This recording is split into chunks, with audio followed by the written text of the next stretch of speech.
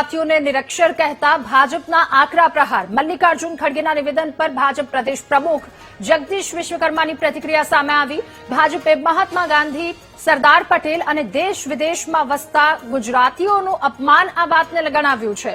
વારંવાર ગુજરાતીઓને ટાર્ગેટ કરતા હોવાનો ભાજપનો આક્ષેપ।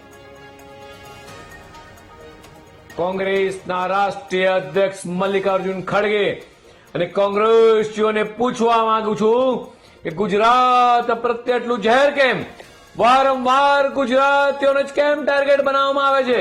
દેશને આઝાદી આપવામાં જેમનું અમૂલ્ય યોગદાન છે એવા આપણા રાષ્ટ્રપિતા મહાત્મા ગાંધીનું અપમાન છે, જેમણે સ્વતંત્ર આંદોલનમાં પોતાનું સમગ્ર જીવન ખપાવી દીધું। આઝાદી પછી પણ દેશના 562 રજવાડાઓને એક કરી ભારતને અખંડતા જાળવી રાખવાનું અભૂતપૂર્વ કામ કર્યું હોય તેવા લોખંડી પુરુષ સરદારભાઈ વલ્લભભાઈ પટેલનું સનાતન અપમાન છે।